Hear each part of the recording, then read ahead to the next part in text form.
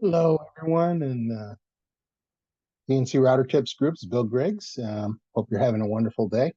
Um, we do this every Wednesday night at 7. We come together and we talk about CNC routers, CNC router tables, the software, the projects we're working on, whatever strikes your fancy.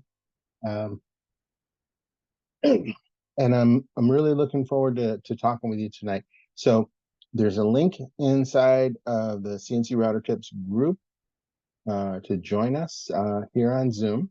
And we're going to post it again inside the comments of this video so that you can see it there and maybe come and join us. It's been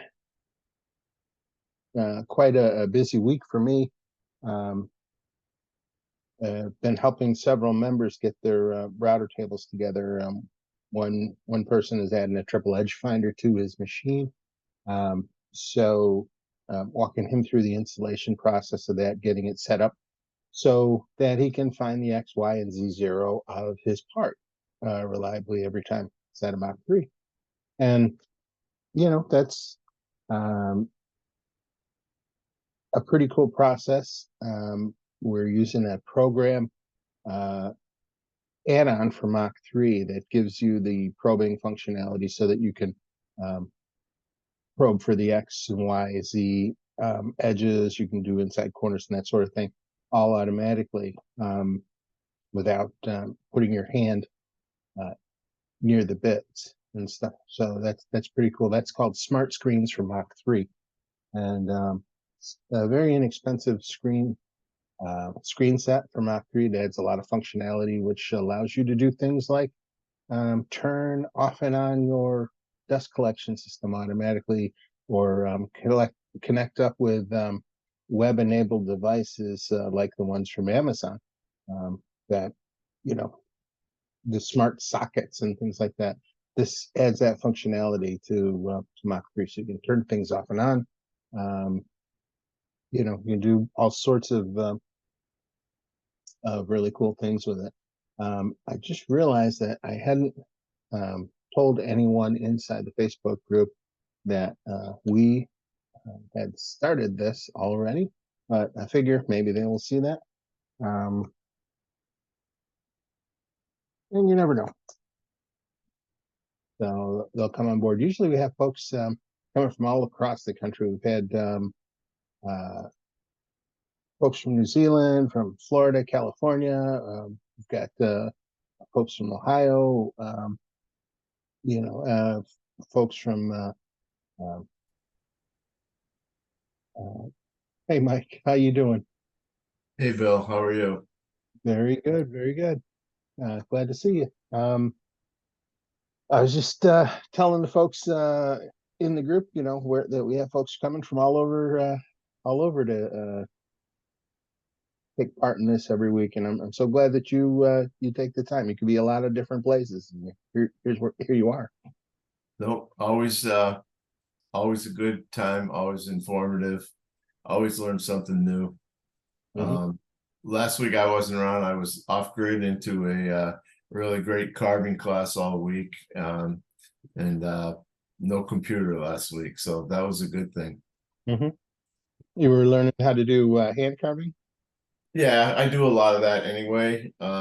So I took a 5-day class from a guy that was trained by some old German and Italian carvers, some old school guys. Mm-hmm. And I've been doing a lot, but I kind of wanted to see what the old school guys, how they started, what their positionings were, and what a lot of that was all about. And it was pretty cool. Met some other cool people. The instructor's a great guy. I actually been in So, contact with him a bunch since then this week about some issues that he's having with sharpening equipment and trying to work out some stuff for him with that. And so who is the instructor? David Calvo. Mm-hmm. And He's where's he out of? he's out of Gloucester, Mass. Mm-hmm. And yeah, he's done some pretty cool stuff. So and been doing it for a long time. So Yeah, last week. Because I've some things that I'm working on that I don't want to talk about a lot tonight, but I'll just kind of throw this out there a little bit.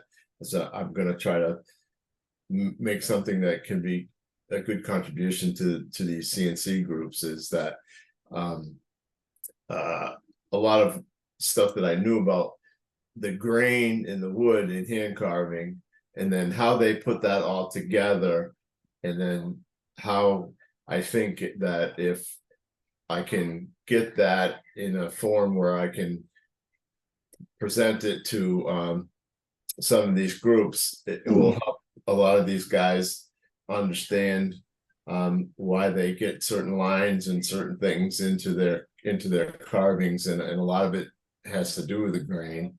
So the one thing that they use for that is, and I've seen other people do it, and I've known about it, but this guy really made a kind of a, I don't want to say a science of it, but he made a big deal out of it. And he developed this way of looking at it called the grain compass, which is really cool. So that's what I'm kind of working on.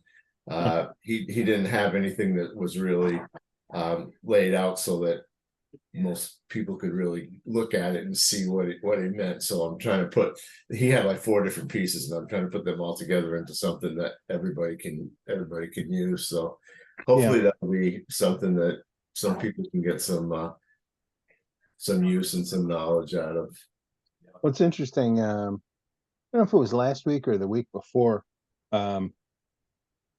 Bull Shannon brought on some pieces that people had made for a contest for the challenge that they had done recently. Yeah.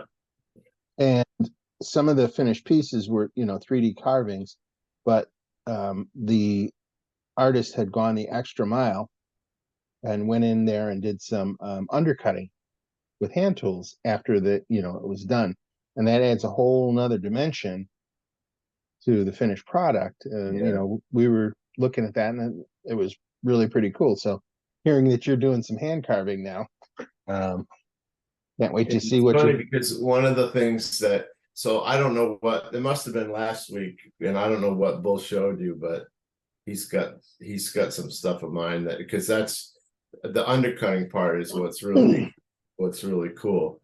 So I don't know what he showed you, and it may or may not have been something that was one of mine or not. But one of the issues that I've been kind of dealing with in my head was the fact that I could take a lot of these hand carvings and rough them out on the CNC machine and then take them and finish them in hand carvings. But I was just having kind of an issue, like, is that really the right thing to do? So I go to this class, and so they obviously don't use CNC machines, but they use a press and a set of Forstner bits like a CNC machine, and they drilling the whole thing all over. So I'm like, okay, if you guys can do that, then I guess doing these rough outs on the CNC machine and then going back and doing, as long as I still feel like I have to cover the whole surface. I don't want any of the final surface to be part of the CNC. In other words, I want to cover the whole surface with the hand chisels. That's probably going to be an okay thing to do. So I had avoided that, but I guess it definitely does save a lot of time. But it was kind of funny going up there and taking we were doing like a fleur de lis, and taking it on the drill press with a Forstner bit, just going like, being like I don't know, like a woodpecker pecking the wood off there with the drill press, which is, he goes, no, he goes, I've been doing that ever since I was since I started. That's something they've always done. So I'm like, okay, well, then I guess it's okay to do the CNC and finish the carving. He goes, yeah, why not? So the bowl carvers do that a lot. The folks who are doing serving platters or whatever, they'll start out with a Forstner bit, and they'll remove the majority of the material, and then they'll just do the final finish with the hand tools or with the CNC, or however, whatever works for them. So I had never seen that until that, and I'm like, oh wow, so they actually, they actually did, because I've made some bowls, but I've always done it with an adze, hollowed it out with an adze and then go Yeah, back with a knife and that. Never thought about using the Forstner bits, but I mean they worked real good. The only thing with the Forstner bits is you got to make sure you don't go deep enough so you can take the center point out yeah, afterwards, to get rid of that. But yeah, it was cool. I learned so much in 5 days. It was just, I'm still kind of digesting it all, shall we say. yeah. One of the things that saw them do it on was a violin top, and I Wow. was really surprised when I saw that. But they had laid out a bunch of hole patterns around the the blank of wood, and they had different depths that they were trying to shoot for with this Forstner bit, and so they would adjust the depth stop on the drill press, and they'd go along and they'd hit all the ones. They were using different colored pencils Wow. to uh, denote the depths, and so all the blue ones they'd go down through at one depth, and then they Reset it. reset it, and they do the red ones, and like that, and then they ended up with a series of holes across this, and then they took their chisels and they began removing Yeah. the material between. It's like starting with a block of Swiss cheese and making a carving out of it, basically. Yeah, but the violin was beautiful. I don't know how well it played. And Yeah. although I'm a musician, I don't claim to be like the type who would know a Stradivarius from a fiddle. So Yeah, exactly. Yeah. Yeah. yeah, it looked really cool. I've never made um, a stringed instrument with a CNC or otherwise, so it'd be kind of interesting. But I understand you need a lot of tools. Yeah. I mean, I've seen there's a couple of not groups, I think people actually that I follow that do guitars, and it's pretty interesting how one of them's just a solid body guy and the other guy's actually making acoustic guitars. It's pretty yeah, it's pretty involved, pretty intense, and pretty I guess so many different little things can affect the tone of the instrument when you're done. So Hmm. Yeah, it's pretty amazing stuff, though. I mean, um, we've got several luthiers inside of the CNC Router Tips group. Go yeah, ahead, Mike. no,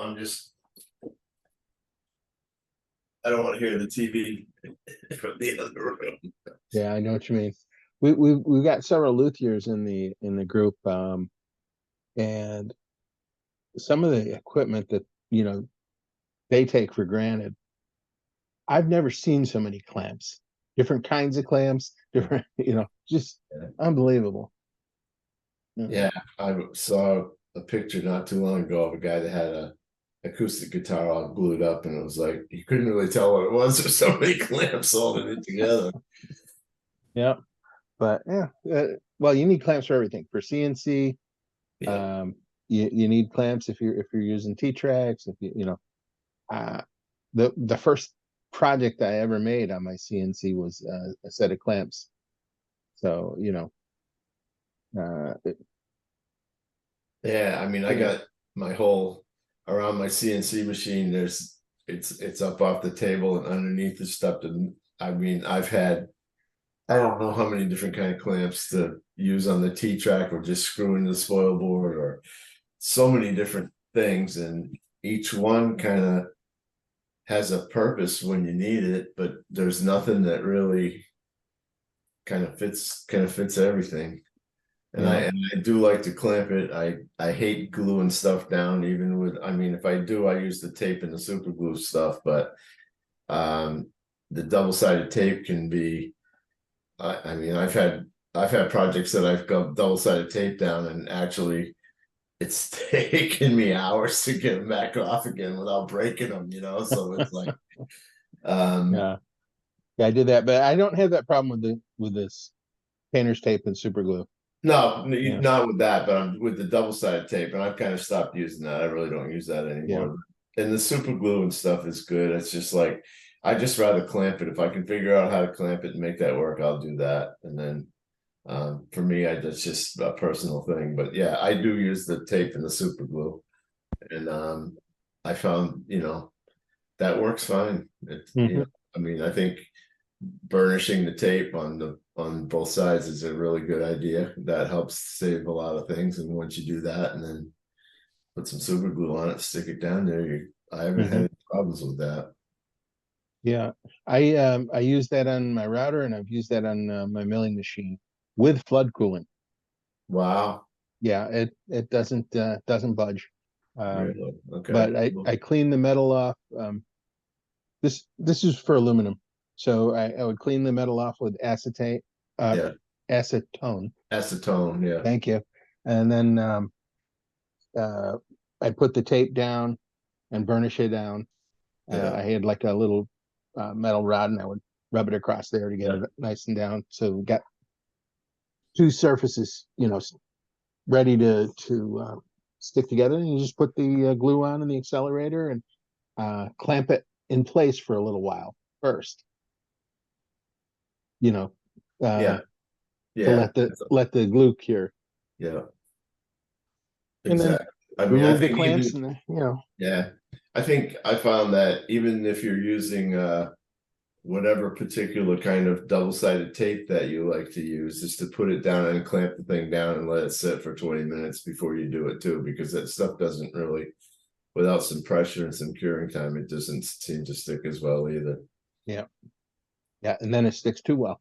And The then it double sticks sided too tape, well, yeah. yeah. And then, I mean, I've done that and then had a hard time getting it off, and then run some alcohol underneath there to loosen up the adhesive and forget I did it, and go in and come out the next morning and it's loose and all the alcohol's got into the MDF spoil board and F that up too. So uh What we used to do is we'd take a piece of dental floss yeah, and we put it down across the tape, um, across the spoil board, and then we put the tape down, okay, and then we put our part on. And when we were done carving, we'd grab the ends of the dental floss, and we just floss back and forth, and that would cut up the tape, yeah, and you could get it off that way. yeah, that sounds like an idea. Yeah. Yeah. So, and Hey you guys. could, hey, is that Randy? Yep. Hi, Howdy. Randy. Hey, how about do you ever use those I'm sorry I came in late. I was eating. That's a good thing. Yeah, I know. The plastic finish nail gun. Seen Yeah, him. I have that set up. Does it work? It works, but it's the thing is it kind of eats up the spoil board Mhm. quickly. I mean, it does work, but I don't know. My personal opinion is that I'm not a big fan of it, and I spent a lot of money for that special gun and the nails. And if somebody wanted it, That's what I well, thought. It's just you're just yeah, I cleaning mean, it up all the time. yeah, I'm kind of the guy that'll try anything, and fortunately, I'm in a position where I can afford to do that. But that was one thing that I think I bought it and I used it twice, and it's sat there now for probably 4 years, and I haven't touched it since. So Yeah. Wow. if that gives you the answer to that question, that's how I feel about it. Yeah, I'm pretty well 95%, probably 60% clamp down, Yeah, 40, and the 40, other thing, 40% tape, and then the other 5% screw that sucker down. yeah, Mhm. exactly. And I think that's actually a better idea. And the other thing, I'll tell you what I had with those nails, with those composite nails, is that I actually had it a couple times, used it to nail something down, and it actually split my workpiece. Hmm. So that wasn't good, because they're not thin, they're pretty hefty. I mean, as far as you think about it, it's a plastic nail, so it's not like a pin nail or something like that. It's a pretty good if the shop wasn't a couple 100 feet away, I'd run out and get one and show you. Maybe I'll if I remember, I'll bring that on next week and I can show you what they are. But they're pretty chunky, and like I said, I've had it split a piece of cherry before, and that was like the last time I think I used it. I said, okay, I've had enough of this. See ya. Yeah, it was one of those things that sounded like a good idea because you can cut them through, cut them off again. Yep. It actually, But they've been out so long, and I still don't see a plethora of people using them. So I'm like, there must be a downside, obviously. Well, the price for one, but yeah. yeah, I think the gun is like $300-400 if I remember right to shoot them. The nails weren't that bad expensive. I mean, a box of nails, I forget what it was, but there was enough nails in there to last you for a good long time. But again, they just, I don't know. It just, everybody, when I was reading about, oh yeah, this is, the cat's meow. Well, I'm gonna say it probably isn't. Interesting. It's I always have people asking me about new technology and new things, new things that are out, and it's always a question of, well, have I spent my money on it yet? Because that's the only way I'm getting it. There's no sponsors that are, shipping us all sorts of new equipment or anything. You go out and you look for something, and if it strikes your fancy, you buy it if you can afford it. But that's about it. Yeah. I would love Festool equipment, but I would not like to pay for it. Yeah. Yeah, I mean that stuff is just Yeah. I don't know if I said that on here Yeah. before. My brother, so he's a builder, and he used to be up in New Hampshire, and he built a lot of houses on some of the islands in one of the big lakes in New Hampshire, Lake Winnipesaukee. Now he's down in North Carolina near Lake Norman, where all the NASCAR guys are. And he's got I'm gonna say it's a 30-foot, I don't know, it's a big, like a big snowmobile trailer, and it's completely full with all Festool stuff. He's got to have, I don't even know, maybe $80,000-90,000 worth of stuff in there. Unbelievable. The stuff is amazing, but it's like, I've used some of it, and it's really amazing. But I think for a lot of us guys that are not, if you're not working with the same tool every day, the other stuff, I don't see the big advantage. I mean, I'm sure there's some things that there are, but like the random orbital sander, I use that thing is incredibly smooth compared to say like a DeWalt or something. But how much do you use it? If you're using it 8 hours a day, yeah, you probably want to have the Festool one. But if you're using it a half an hour a week, do you need it? Probably not. Yeah, that's what my nephew was looking at a sander because one of his suppliers had it. He was trying to talk him into it, and I'm like, you don't even have a drum sander. Take the same money, go buy a drum sander. Yeah, that tool would save you hours and hours and hours. So, yeah, I mean, it's funny. The thing that Festool was known for when it first got going was the track saw. The track saw system, and I bought one from a different brand. The guy who actually claims to have the patent on it before his business went belly up, but he was out marketed by Festool, and I actually believe that Festool probably made a better product overall anyway. But it just it's sad for what they want for those. I imagine it's a very similar situation to somebody going out and buying a Laguna CNC, or getting a Cam Master, or what is the industrial CNC, or any of the bigger name brand routers. Some things are better, but other things you can do the same, and for less money. You really have to choose the battle. yeah, the cost efficiency of it. exactly, Randy. Yeah, I mean, you got to look at what are you doing, and what do you really need? Yeah, I mean, back when I was doing some side work for people, I loved working on the bigger Onsrud router and everything. That was a huge, gigantic piece of machinery that was capable of doing way more than I could. But it was overkill for the projects we were doing. That's funny because I know a guy that, and I won't say his name because I don't want to embarrass him. And I don't think they're doing any of these groups, but he's got a couple of those big arms router tables with all the, and every time he needs to design something in a 3D thing, he has to call me up and ask me to do it because he's too cheap to buy a Spire. He's still working on V-carve. So it's like, I'm like, come on, man, can't you just afford to like a couple grand to upgrade your no, that's all right, I got you, he says. So I'm like, yeah, okay. Wow. Yeah. That's funny. It's like going in the Lamborghini but not wanting to buy gas.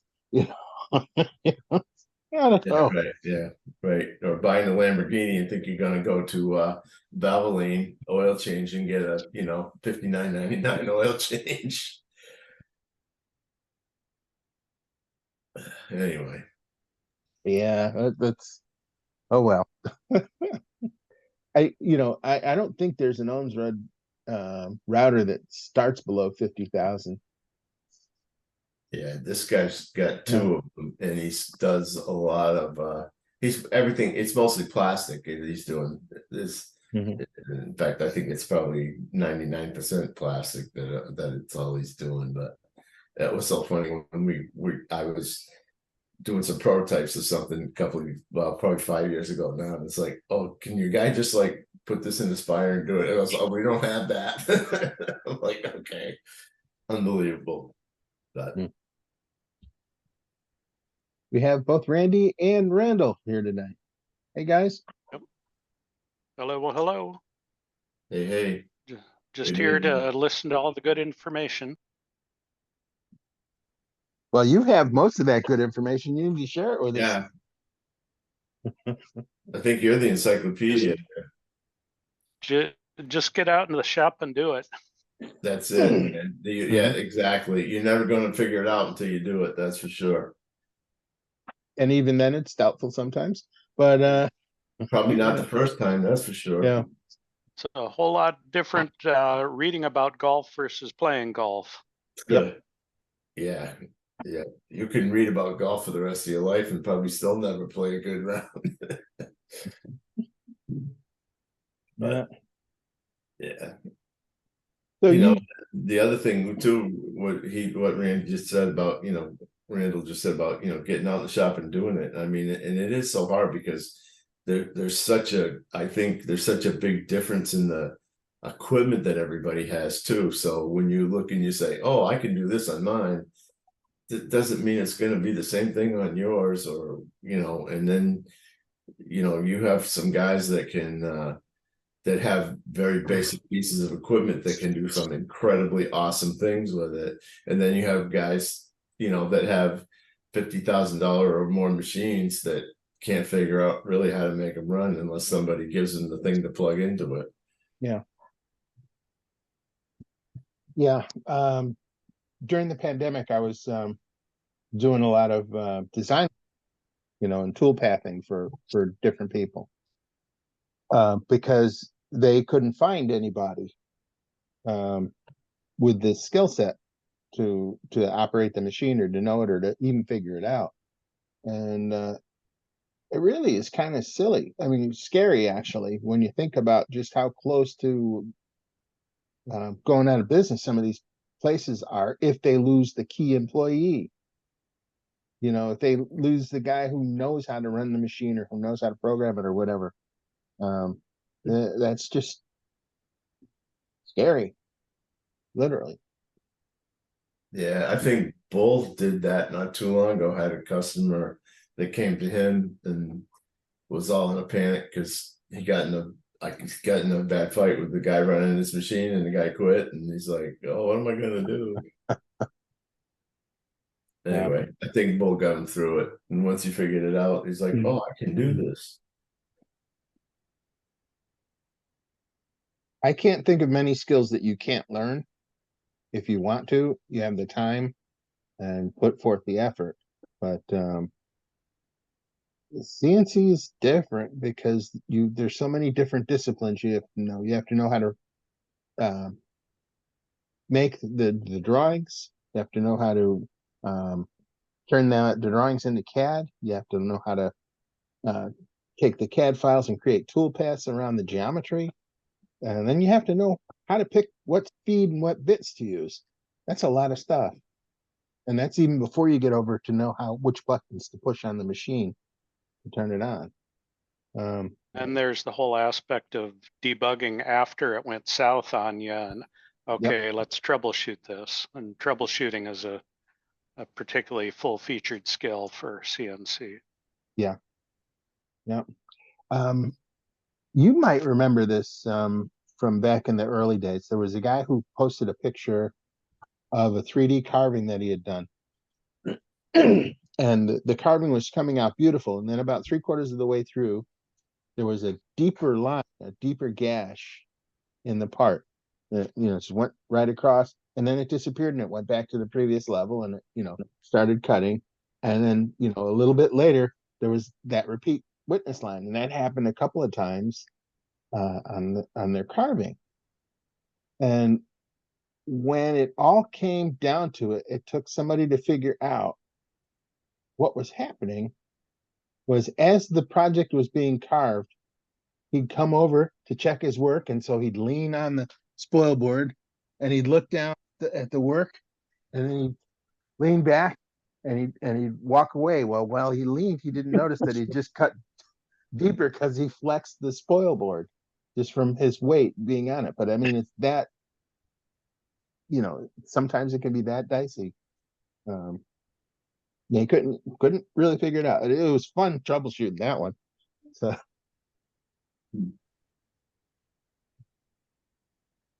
Yeah, I went through a period before I moved my shop to where it is now, where I had huge problems with EMI and the thing just doing what it's want, and the dust collector and all that, and it was crazy. And sometimes it would be fine, and other times it wouldn't. And, took me a while to figure it out. yeah. I usually find out it's 100% operator error. Exactly. Yeah, pretty much. Yep. Don't put a 5 horsepower dust collector next to your CNC controller. Let's just say that. Yeah. I have a question on a downcut bit. It is screaming like a banshee. Too slow? I'm running it through hard maple, and I'm going about on an Avid setup at 4x8, 100 inches, 120 inches a minute. And I've changed RPMs, I've changed speed, and people just say I'm just moving it too slow. That's what I've read about it. But I'm afraid to snap a $100 bit just because I want to speed it up to get rid of the noise. But Is it a brand new bit? yeah. And that's why I ordered it. I ordered another one because I thought, well, maybe I had a bad downcut bit. Same, it's just a downcut bit. It just screams on that machine. How deep you cut it? Yeah. 0.1 to 0.125. Yeah, go deeper. What's the diameter of the bit? Quarter. Yeah, go deeper. Because what you've got is, think of it as you've got this long tine sticking out of your router or spindle, and it's just a small part of it is engaged. If you were doing deeper cuts, then there's going to be less of that oscillation back and forth. Yeah, the conventional wisdom is a screaming bit is a hungry bit, and you need to feed it more, so you can either move faster, spin slower, or cut deeper. And people think about the first two, they seldom think about the third one, but cut deeper can make a difference. Yeah. Because the other thing is you're going to be dulling the first portion of your bit, and the flutes up farther are going to still be nice and sharp, but you've worn out the tip of the bit. So I recommend going deeper. Yeah. Okay, What percentage step over are you using? Generally I'll just do it as about a 25 to 30. Because you're pocketing, right? Yeah. Yeah. Okay. If not, I'm using it as an outline just to get a sharp edge, you know. Yeah. And that's just making one pass as a, outline. Yeah, I would play with it a little bit, ramp and go up to 0.25 or even deeper. Do some experimenting with it, and you'll kind of hear how it does on each cut. Okay. So ramp it in, and each ramp have it go a little bit deeper, and you'll kind of get a feel for how it's behaving on your machine. Yeah, that's a good idea. Just do a test outline Yep. and ramp it in different levels. Yeah. Thank you. Randall, you did if I'm not mistaken, you did a PDF a long time ago about glazing. Is that correct? I didn't do it. That was actually done by Tim, and I can't remember his name, but I've done a lot of glazing as well. Based Okay. on Tim Merrill. That was the guy who put Tim together Merrill. the document. Okay.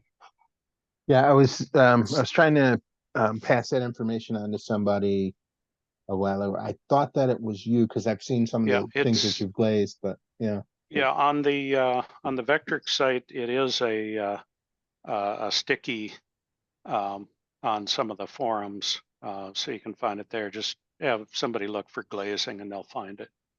Okay. For those who don't know what I'm talking about, glazing is a technique and a type of stain, I guess, for lack of a better term, that you can use. And it's a specific way of putting it on and wiping it off and putting it on and wiping it off to get depth and clarity when the finished piece is done. It's really pretty impressive. Were they using gel stains for that? Yeah, I What they use call- gel yeah. stain. Yeah. Anyway,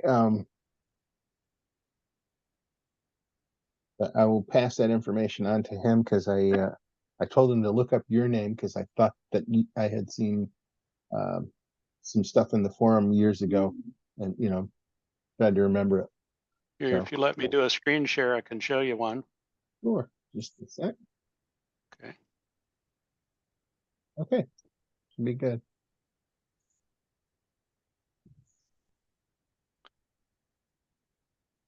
Yeah, this is done in hard maple, and it was a gel stain glaze. And so you're able to, in the deeper areas, the stain stays in there. On the higher areas, you wipe it off. So it tends to accent the deeper areas because it's darker with the gel stain. And you've got a lot of control over it. Very easy to use either scrapers or fine Dremels to add accents where you want it. This is actually the piece I remembered, so this is good. I wasn't mistaken when I said that you had done it because that was one of the finer ones I'd ever seen. Yeah. Thanks. Yeah. Yeah, I like that piece. It went to the grandson of a Lakota elder on the Rosebud Reservation. So I was very pleased to find a good home for that one. Mm-hmm. Very cool. Just total mastery there. That was Yeah, touchdown. that's there. a touchdown and a 2-point extra. Yeah. I posted it in chat, so if people wanted to save the file, they can. Mm-hmm. Yeah, very cool. I may have to make that one of the pinned post when I do like Friday's thing. If that's all right with you. I'll show that piece and folks will have something cool to look at, and maybe then they'll read the post too.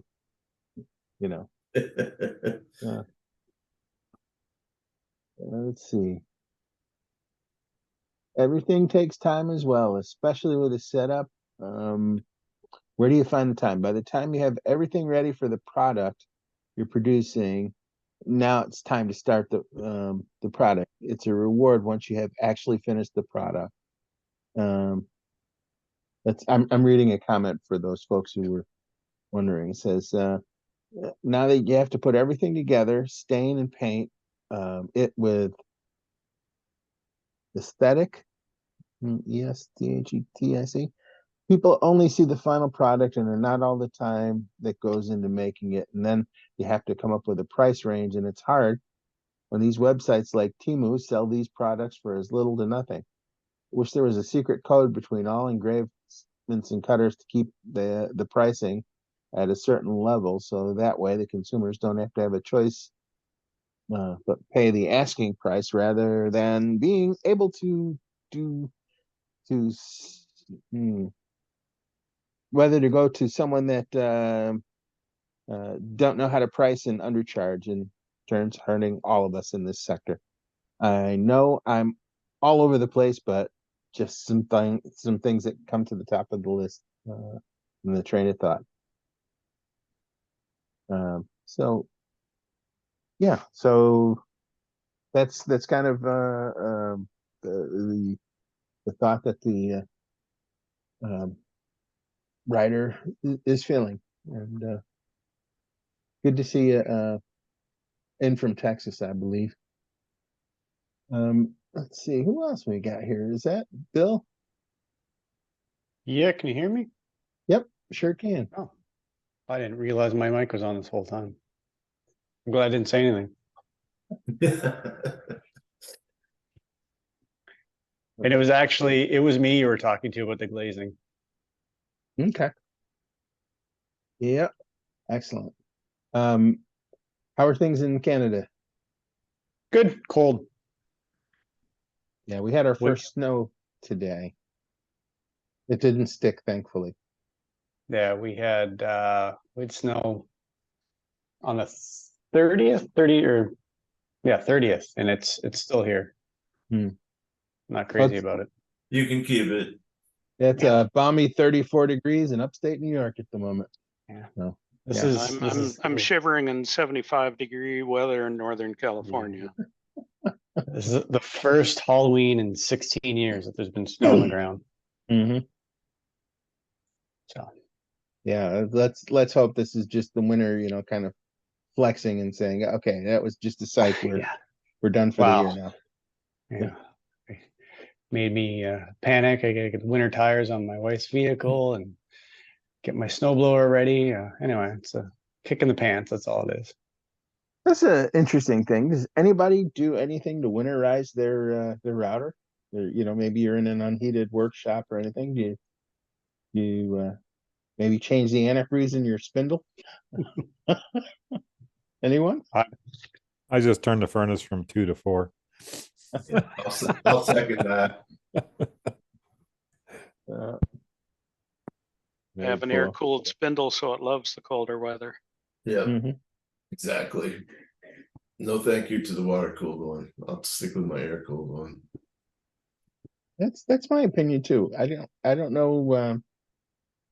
Maybe it's the fact that it gets pretty cold here in Syracuse, but there are weeks at a time when the router is not used during the winter, and I'd like to know that nothing froze up inside. But it is what it is. Oh, if it did, you'd figure it out real quick. Yeah. So, although my milling machine has trouble in the winter when it gets down below a certain level, the coolant can actually freeze. And so when it starts getting cold like that, I'll run the heater. I do have a heater in the garage. I just don't run it 24/7. But I also understand that if I just put a fish bubbler in there, fish tank bubbler, that would stop it from freezing over.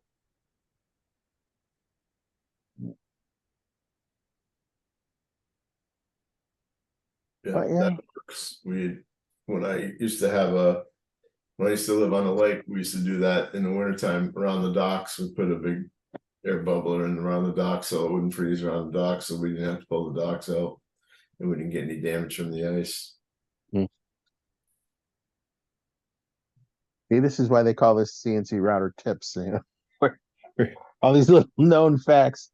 Yeah, Never you just know. never know what comes up. Yeah. I never had a water cooled. Does that cycle all the time? Can you cycle it all the time or only when it's running? I just care. I mean, could they just leave it on a slow cycle overnight if it's freezing or? I think most of the time that they only run when the spindle is turning, but I don't see why you couldn't wire it. Yeah, leave like you're doing with your bubbler, just leave it just flow all night long.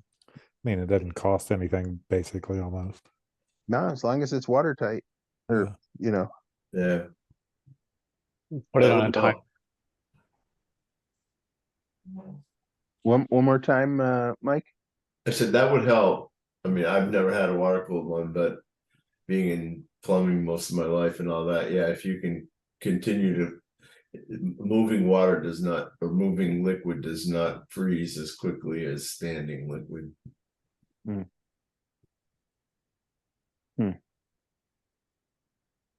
Yeah, I think I'm gonna Do try most the of the, bubble. so do most of the guys, do you, if you have a liquid cooled spindle, are you using antifreeze versus say distilled water or something like that, or? Most of the guys I know are Okay. using antifreeze. Last week somebody mentioned that the RV antifreeze wasn't as good as everybody's letting on for this task, but I don't know. I don't remember the reason why. So if you want to know, go listen to last week's episode. It's in the Facebook group. But this is the second time cooling of the spindle has come up in 2 weeks. It's kind of interesting.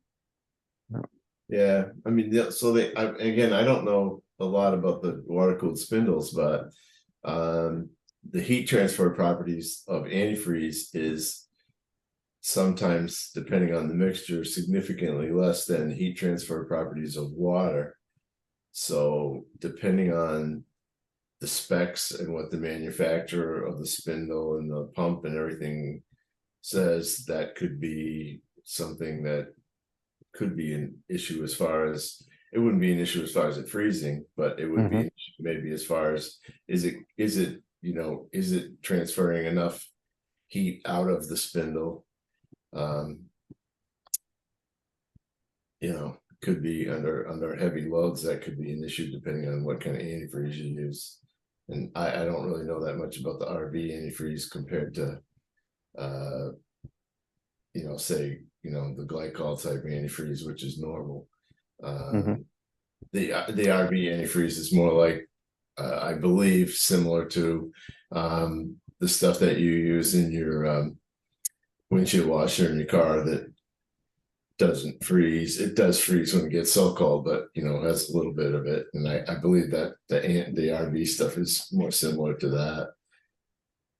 I do know that one of the concerns was if you're using the antifreeze, it's poison, and a pet or a child were to yeah. And also the other thing about the antifreeze is that the molecules in the antifreeze are smaller, and in a lot of cases, a seal that will seal water won't necessarily seal completely with antifreeze, so you will get at least staining or maybe all kinds of crazy things. And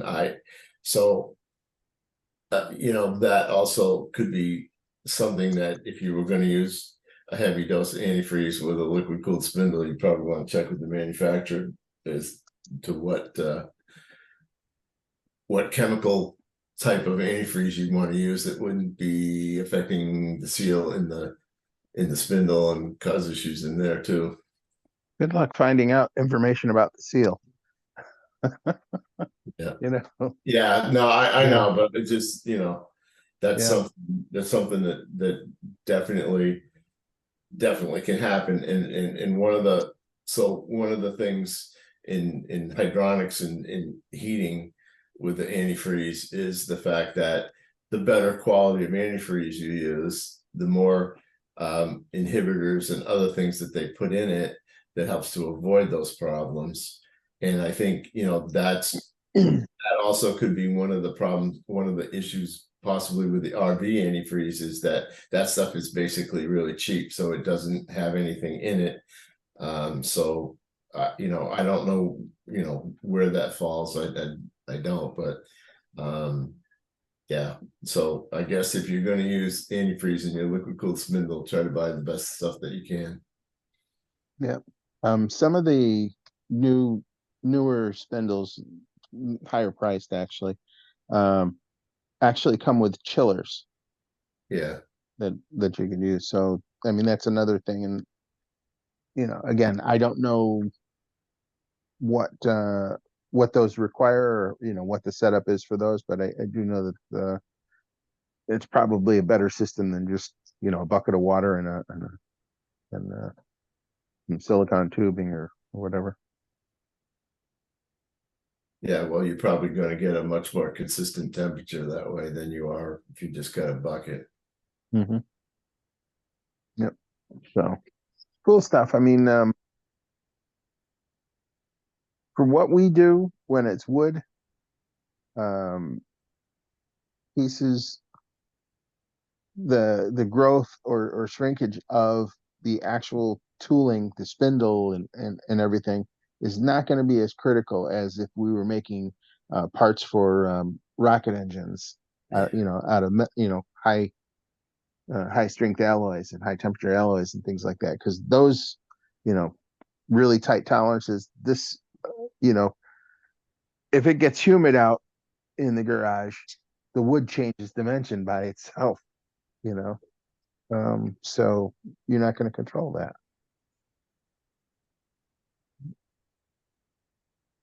So anyway,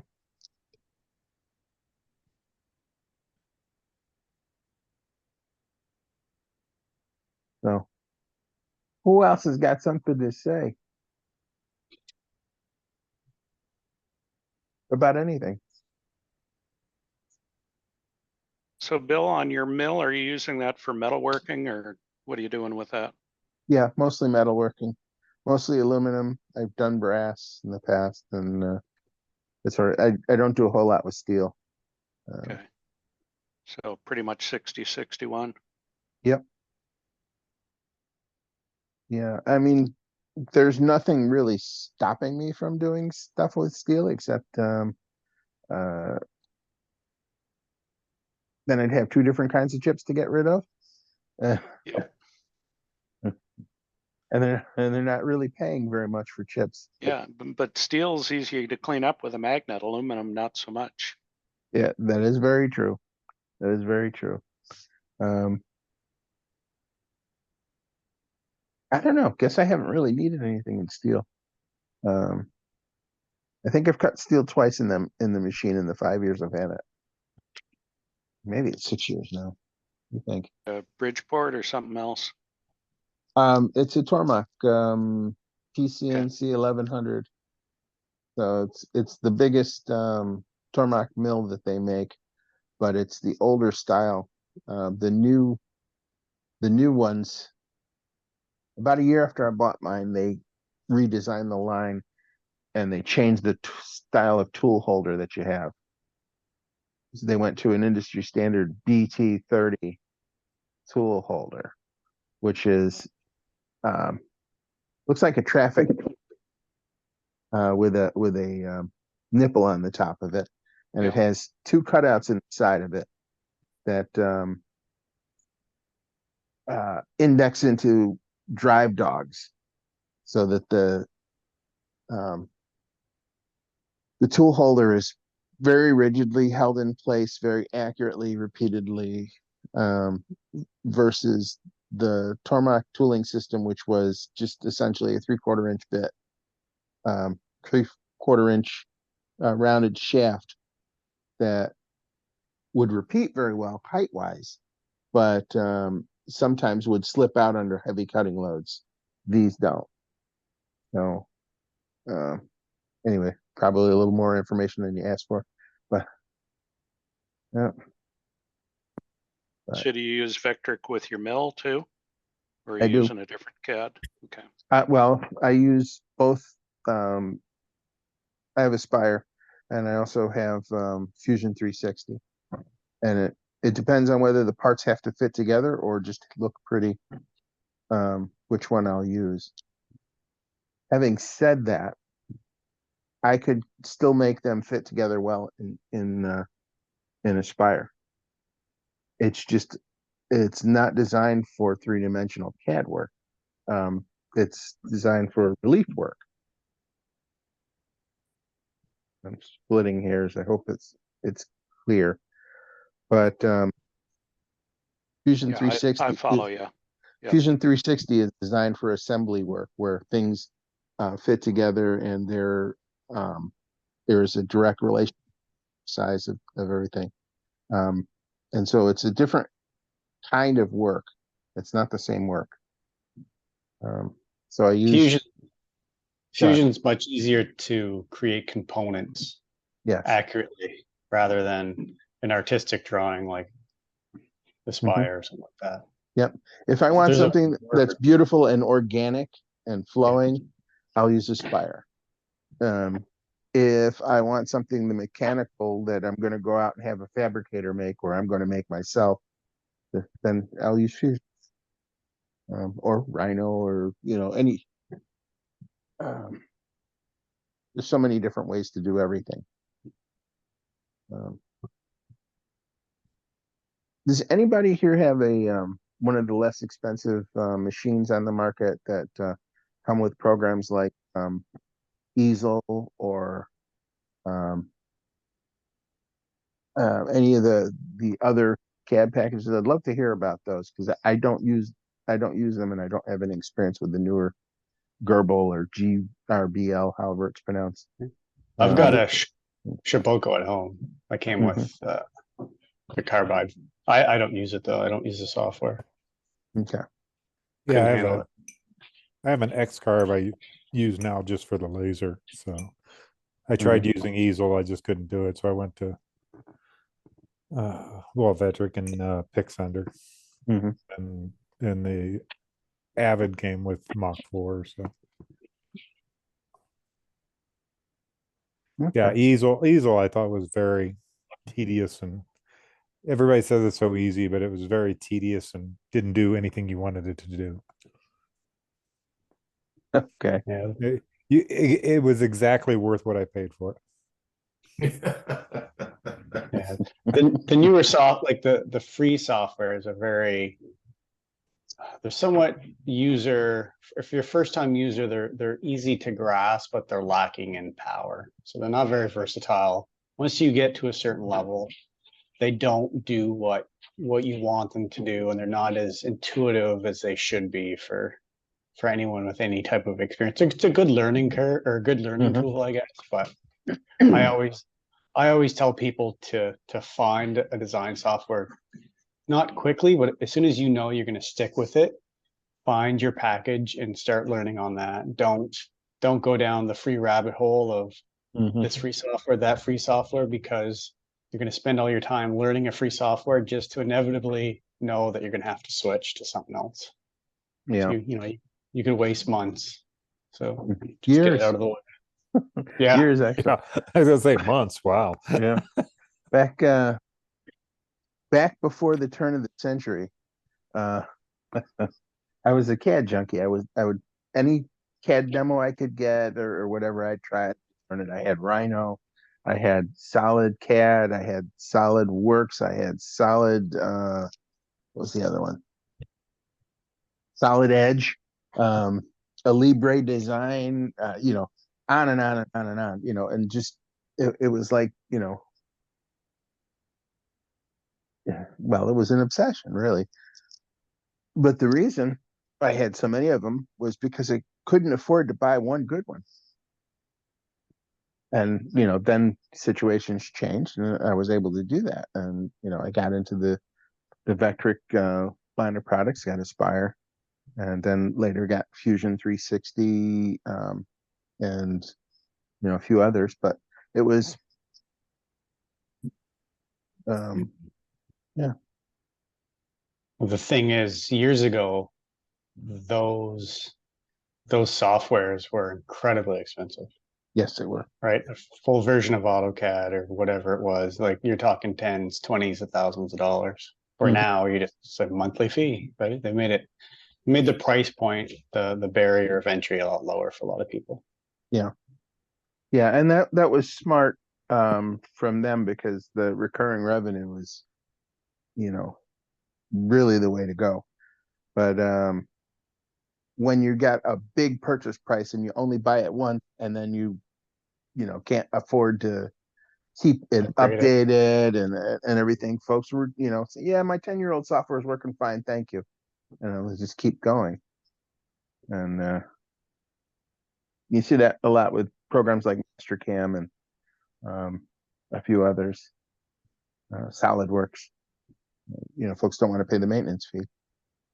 Yeah, and then it got annoying as well, as if you did a lot of it and you were dealing with other people that had the program and your version was 2 years older and they were sending you a file, but you couldn't open it because they had the new version and you had the old version, like a poor person. Mm-hmm. Yeah, that still happens with everything, including Aspire. Oh yeah. Yeah. It's just amazing how many softwares have come and go.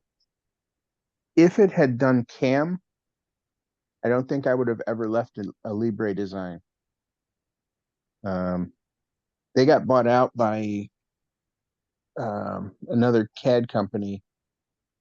Got rolled up when all the 3D printers started coming out, and I can't remember which CAD company bought them, but they changed the name to Geo Design Works or something like that. That went on for a few years, and then the original people bought the program back recently, and so they're still putting it out. It's parametric software. It's good, but it still doesn't have a built-in CAM like Fusion does. And so, I used that years ago. That was pretty good stuff. Yeah. Yeah. Then I remember going back into the 80s and 90s. If you had a plasma table and you were cutting out ductwork, the software for that was, and I'm trying to remember exactly how that went now, but there was one person that had the patent on the software for the ductwork, and so everybody that sold a machine, each machine, there was a $10,000 fee to that guy that owned that software for a long time. Wow. Yeah. Nice work if you can get it. Yeah, that doesn't work anymore. Back then it worked. It worked pretty well, but so I got, if you want to see something, I got something that you guys may or may not have heard of that I just got, that I've been playing with, or that's, I think, going to be kind of cool. And this is it's called Shaper Trace. If you've heard of it. Yeah. It's been for a long time. I played with it a little bit, like I was saying to you, Bill. I was away last week, so I just got it before I left. But basically, it's this frame, and it's got all these dots on it, and then you can take and put a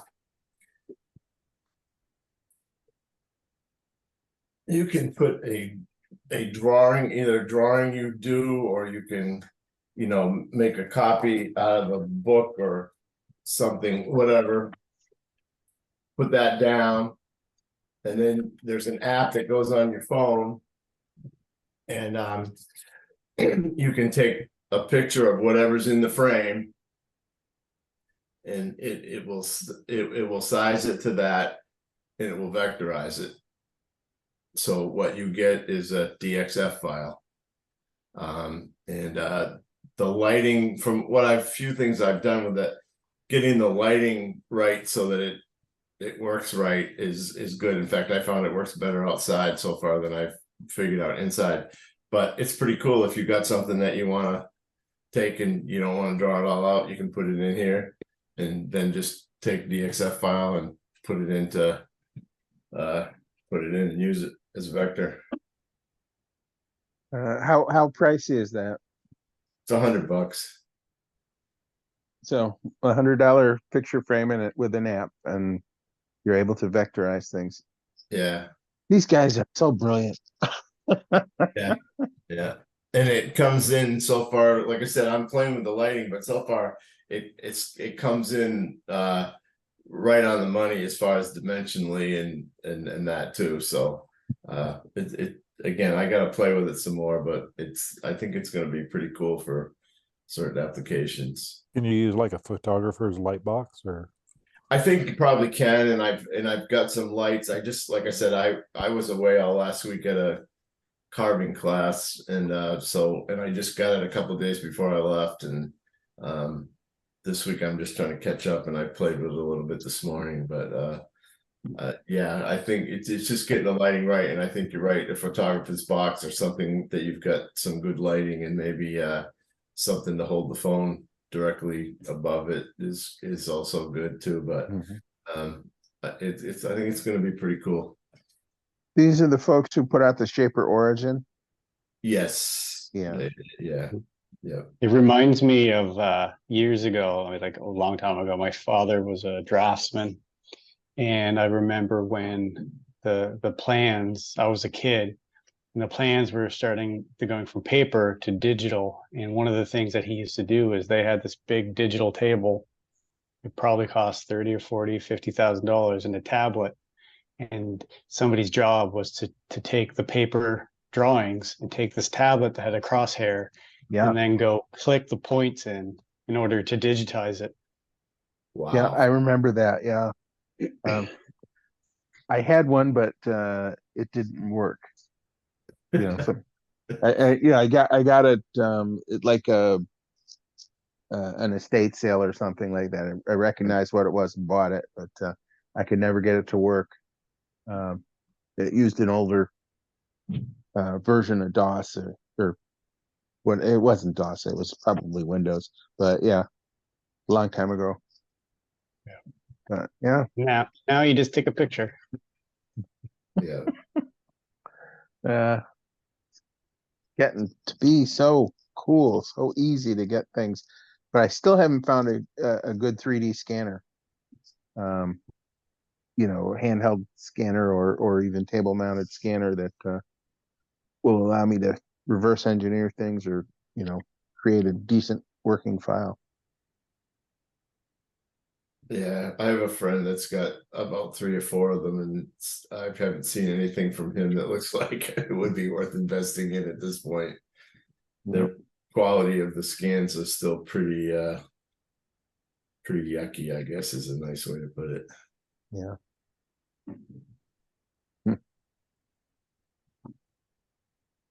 Yeah. All right, we're going to ask everybody in here a question. If money were no object, what one item would you buy for your shop right now? Anybody want to go first? Water jet.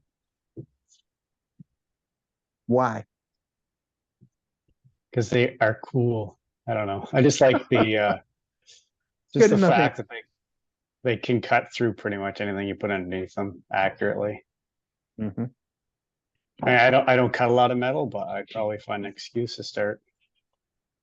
Mm-hmm. I'm gonna second on Bill because that's so I've seen one, and I've seen it in operation. It'd be cool to have. Especially the new ones with the oscillating head that can do the angles and the bevels. And Yeah. there's one not too far from me, and it's at a recycling place where they take recycled tires and they make these big mats, and they cut the gym mats and the base for signs for highway construction. And I got to watch that thing go one day, and I was just like, yeah. Are they cutting the tires with that? No, they're cutting the product, the end product. Oh, okay, all right. It's like those masts that interweave and have Yeah, that. right, yeah, and they're just cutting out the shape of the. Yeah. Okay, cool. So you both want a water jet, okay? How about you, Randy? I'm thinking about that. I don't know. There, could we break it up to like 12 different smaller things? Sure. Yeah. There you go. Probably a bigger planer, Oh, that's not nice exciting. Come on. 36-inch planer, at least double head, triple, whatever, helical. Okay. So the water jet is what I want. What I probably really will do though is a slab flattener. Hmm. Of some sort. I haven't made up my mind which one yet, but that's probably my next thing as I keep collecting these slabs, and I gotta do something with them because there's about 20 of them out there now, and I gotta do something with them. You just don't use your machine for that?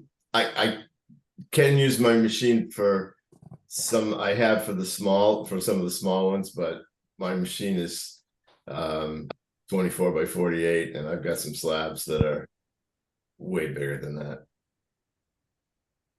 Mm-hmm.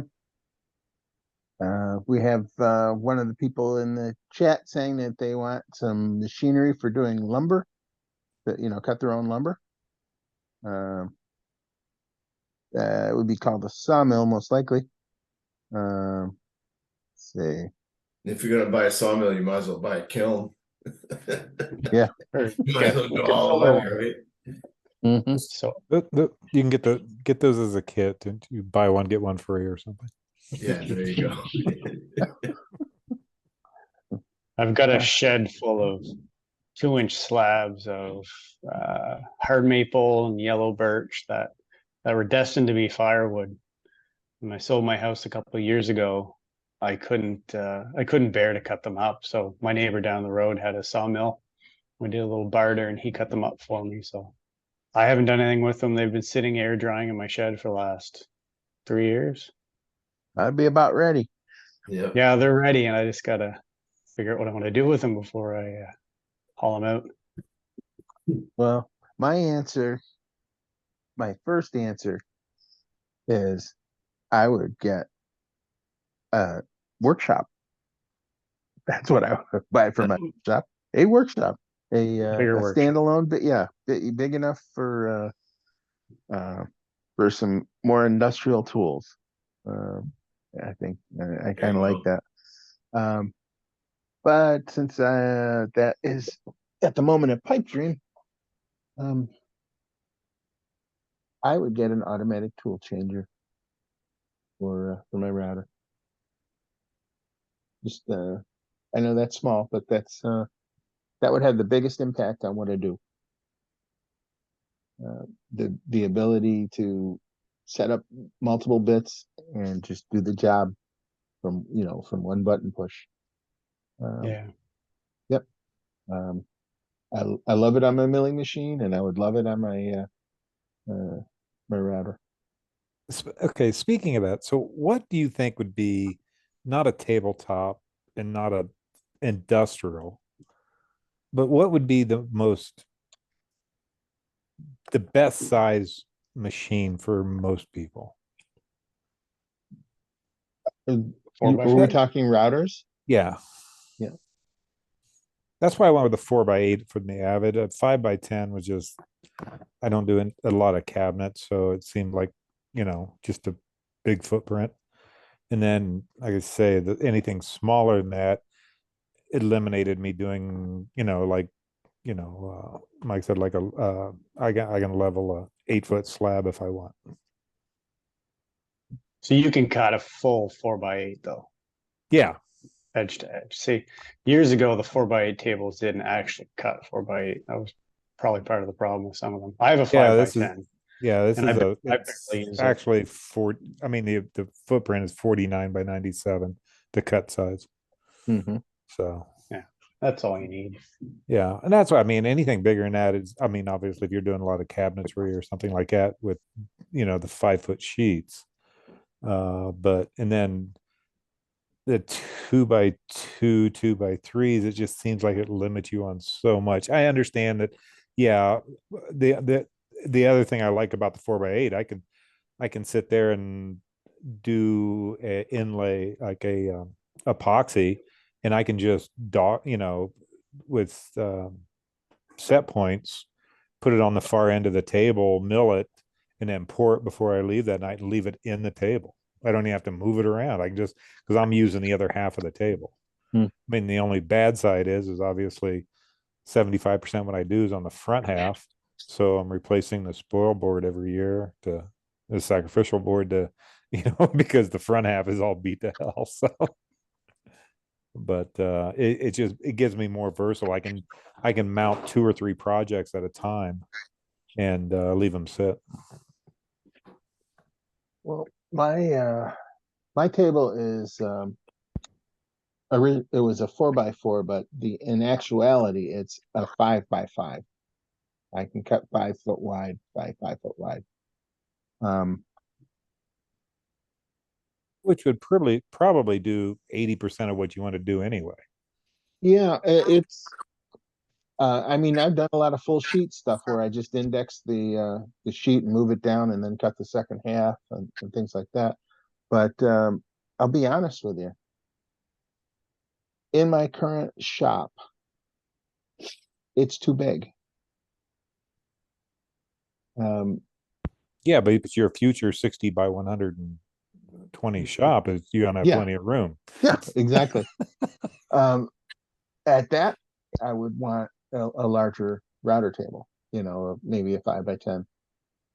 Or if it's my total dream shop, get something like a BSC Rover with, 2 heads.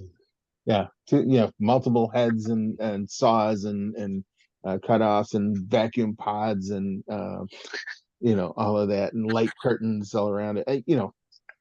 Typically what they sell. I'm really close to finishing what I'm doing here, so I'm gonna jump in. I'm actually getting something done, so I'm proud of myself. But anyways, there was this website, and they basically allow you to, they have all sorts of I don't know what they're called, CDR, CDX files, everything for the CNC, SVGs, everything. And you can download them for free. I thought that was awesome. I was like, I mean, they have all kinds of just everything, anything you can think of. You can download all these files. I can share the website if y'all like. The only problem with it was that after I started downloading all these files, and I was just at it probably for over an hour, downloading files, all of a sudden I go to a few of my my deals on my phone that allow that require face recognition to sign in or passwords or whatever, and all this stuff starts telling me to change my passwords. I'm like, crap. Or it's telling me we require your password for you to log in, which that wasn't the case in the first place. So you'll see where I'm getting at. I'm like, I was hacked. And I don't know if that was the case with this website, because Oh yeah, it sounds like it. yeah, exactly. Upon further research, I started looking into the website itself. Although it said that there was no traffic, it said that there wasn't anything to find it suspicious. So I couldn't find anything, suspicious on it. Let us not pass that website around tonight. Yeah, that's number one. Number two, what I started doing was I started just taking snapshots of the work that they were, instead of downloading the file, I started either putting save photo, and I can easily make that into a SVG or whatever kind of file I want on my own. Most of us can with the programs that we use. And so I was like, okay, I'm just going to save these files. One of them that was really intriguing to me was making exterior doors. They had some beautiful exterior doors, with the exception of a little logo that they had in the corner that was going to be The in the watermark, file. yeah. Yep. Yeah, there's a lot of stuff that we can do to eliminate that, and by using our colors and one thing that I did was I went to PixArt and I just put, remove this. It removed it, and then I was able to download it, and it was a perfect picture. And my idea, because I live in a mobile home, but it's on a property, and I can never find a door that will fit, besides these mobile home metal doors, which they're okay, they're safe, whatever. But these are some wood doors, 3D carvings, beautiful. And I said, I can make my own door, And so, anyways, I don't know. Like I said, don't download the files. If you do want the information, I would save the photo. Take away their little logo on top, and I mean they're free regardless, and go from there. There's all kinds of different things that you can do for your home. That builders, do, that I feel like we can do on our CNC machines. But yeah, so that's where I was at with that. And I have no idea. I just forgot what my whole point was here. Just that, I don't know, PixArt deletes that stuff really easy. So, have y'all ever done anything like that, like an actual door? Oh yeah, that was my question. I started looking at some YouTube videos on actually putting together or making your own door. What do y'all think about that? Like, I mean, would y'all go buy a door at Habitat, like a plain door, cut it to size, and then CNC it, or go through, the work of making and putting together your own door? G'day guys, how's it going? And then, Hi. Hey, I can actually speak on that if you like. Yay. I love it. We don't do the cheap doors, but we do the hardwood doors. Depends Okay. whether the door, if the door is a solid core door, and it's That's like what I'm meaning a solid interested wood in. door, or if it's an internal door. I'm looking at a solid hardwood. Well, it depends on the design. Some of the doors that we do are between $5,000 and $10,000 Australian. Out of the hardwoods. Hardwood is actually quite expensive here at the moment. Right. So just the labor component is the biggest killer. So if you're able to actually CNC it yourself, and you want a specific design, definitely. But if you're just doing a plain internal door, just go pick one up for a couple $100 from the local shop. Save yourself the time. Yeah, it's going to be an exterior, and I was looking at something solid, something. And when I say something solid, I'm probably looking more towards a hardwood, right? Because it's exterior.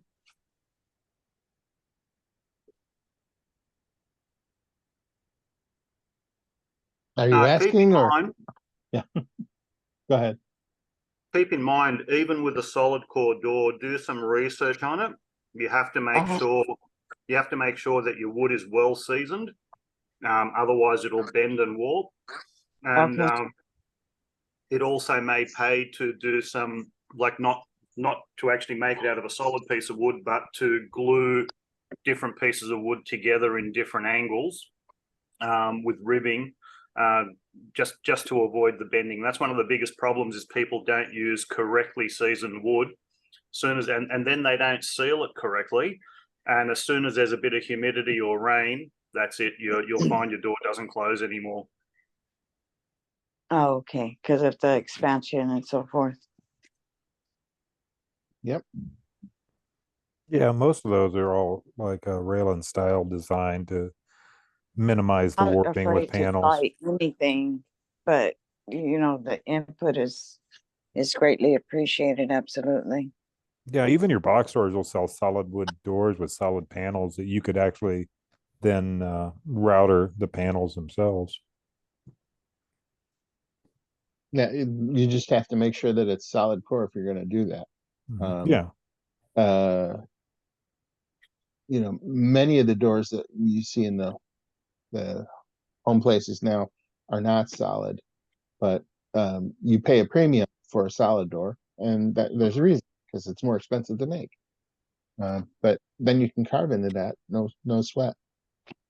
Let me Um, share a picture of the door that I like, that I have in mind. So that way maybe y'all can get a better idea. Let me see if I could copy and paste it here.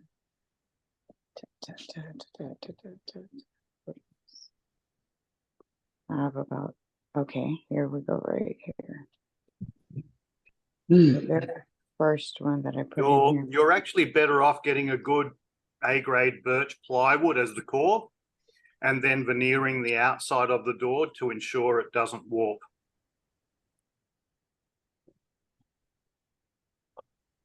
You said A-grade plywood? Yeah, a good plywood, like a birch plywood, like a proper plywood, not the like when you look at a good A-grade plywood, it actually looks like layers of veneer that have been laminated together. It doesn't look like crap with little air pockets and stuff in it. That it's very solid. Oh, okay. And then you could put a 4 or 6 millimeter veneer over the top of it. Mind you, in Australia, veneer is not cheap either, but it's a better option than having your door warp in a couple of months' time.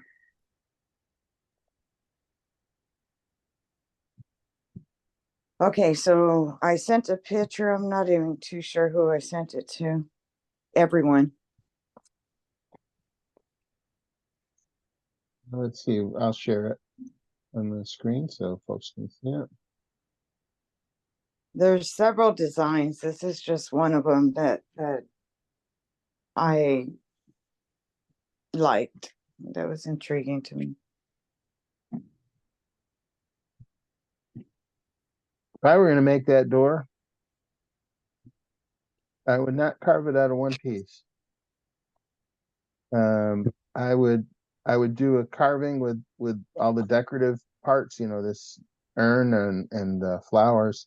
I did that out of a separate piece of wood, and I'd put a shallow pocket into the face of the door, and I'd glue that in place. Mm-hmm. It will drastically cut down on the amount of machining time. Yeah, it's a lot of machining, I see. It's a lot of detail, but it gets better. And you could those cutouts in that Is that a door, entry door, or it looks like a cabinet door? No, it's actually exterior doors.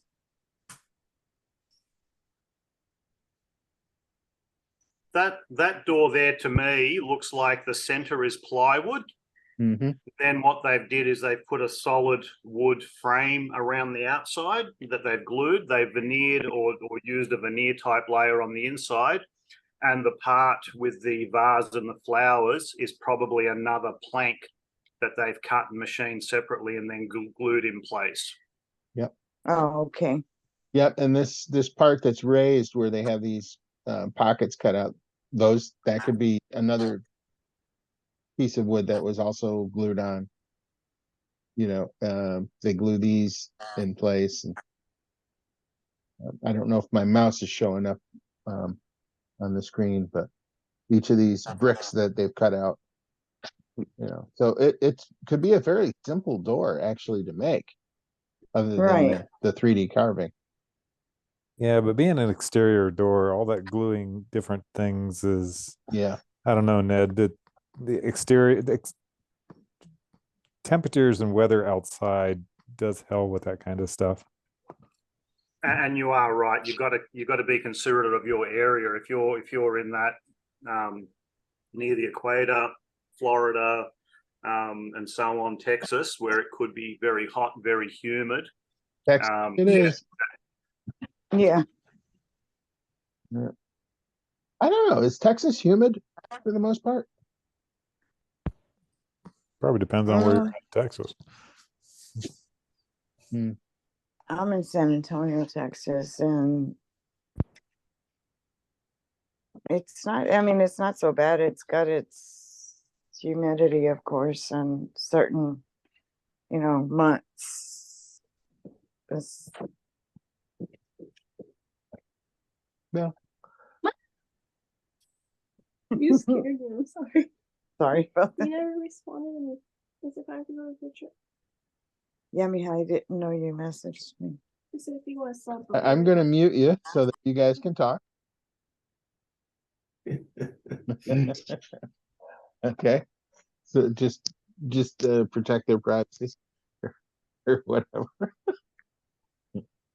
Anyway, that's a interesting door. It would be expensive if you went to buy it. Let me put it that way. I don't think that's gonna want to be your first door that you ever made either. Probably. No. Well, Could be a big pile of scraps before you got a good one. yeah, she had it. I am very risky and determined when I want to do something. I actually built by hand and from the ground up a pergola, I guess you want to call it, in the back of my garage as a work area. Yeah. And that was laying out the concrete, and I'm talking about by myself and with maybe 2 other volunteers. I made the wood, the roof, everything that you can Yeah. possibly think of, the hardware. The second design, not me. You don't like it? Oh no, it's beautiful. I just wouldn't touch this project. Oh, attempt it. Well, let me rephrase that. If somebody were paying me very nicely, I could make Yeah. this. But but yeah. In order for us to make that door, you'd be probably somewhere around about the $4,000 to $5,000 at least for that door. Right. I agree. That's why I was looking into making it myself. And it actually seems pretty simple to me. I mean, just besides, the knowledge of the wood to use and so forth. But I was thinking of going to buy a plain solid door like at Habitat of Humanity and cutting it to the size that I need, and then, doing the design from there. But I'm not too sure if that would be a great idea. And y'all are talking about using plywood as part of the design. I think that's a great idea. Yeah, we just make sure, like Ned's saying, it's a high quality ply or Right. also an exterior ply, like a marine ply. Oh, okay. Most of the A grade plywoods are glued together using a polyphenic, whatever they call it, polyphenol based glue, which is waterproof. And it's probably better than buying marine ply. The only difference with marine ply is that it actually has got more resin coating over it, etc. But the glue itself isn't going to come apart on A grade ply. Okay, that sounds great. So A grade plywood and exterior marine kind of. Yeah, the only problem with the marine grade plywood is that it has got like a laminate, like some kind of a laminate or something on the outside to Oh, I protect it a see. bit further, and that will cause some other problems with gluing and bonding and stuff like that. Oh, I see. That's why you have to seal it properly.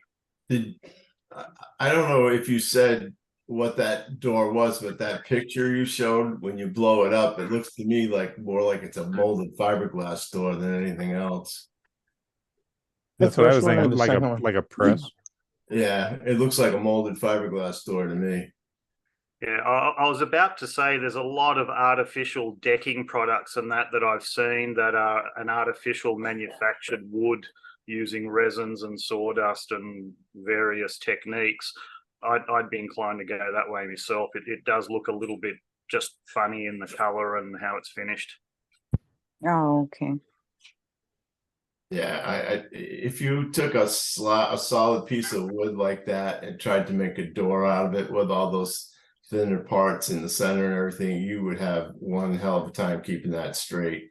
Most of the time, I think you're going to find bigger doors like that are going to be, you know, like a rail and style on the outside and a center panel that you could then put in the inside and carve that out. But to make that out of one piece of wood,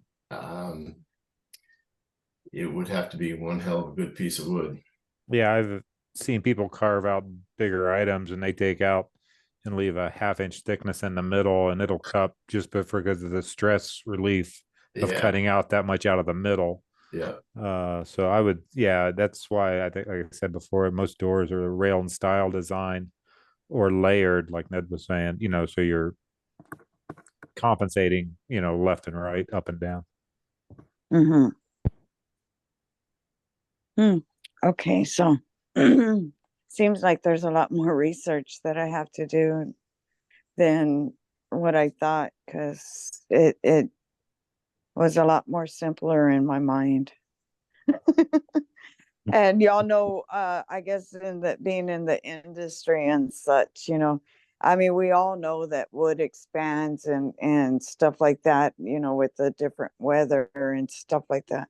So, I mean, we know that much, but you know, like what goes into making an actual door. I mean, I looked at a YouTube video where, I mean, he cut his own wood and he was, you know, putting it together, you know, the edging and everything. I mean, from start to finish. But that's not to say that that door's going to last him. It looked beautiful. But I mean, I just threw in a picture of a door that I made not too long ago. oh, That one interesting. there was, and you'll notice what we did with that one there is we glued wood veneer to a 8 or 10 mil plywood, which was machined. We had to do both sides with the pattern that the person wanted. And then that was glued again onto another thicker piece, like a 20 mil plywood, and then there was a natural hardwood batten glued all the way around the door. But and this door took something like 4 days to make, because each side came back to me 2 or 3 times that I had to reposition it on the CNC. Cut the grooves, pour the resin, etc., etc., etc. Then it went to the guys in between to be repressed and so on. There's a lot of stages in making a decorative architectural door. I see. Very beautiful. I'll have a copy, thanks, Darla. But yeah, that one was a bit of a that was around about a $7,500 door. That one there. Yeah. Right. And okay, what was the materials that y'all used to make it? Plywood. The top of it, the decorative part, was a 6 mil veneer. There was 6 or 7 different Australian hardwoods, and that was the architect's pattern that he wanted. And I had to cut all the pieces out individually. I had to match the grain, which way the grain went in each of the patterns. we do a lot of architectural design work or a lot of architectural manufacturing. But the other thing you have to keep in mind when you do this, you're going to have to get yourself a good vacuum pump and a bag so you can vacuum bag it, or a very, very large press. Yeah. Okay.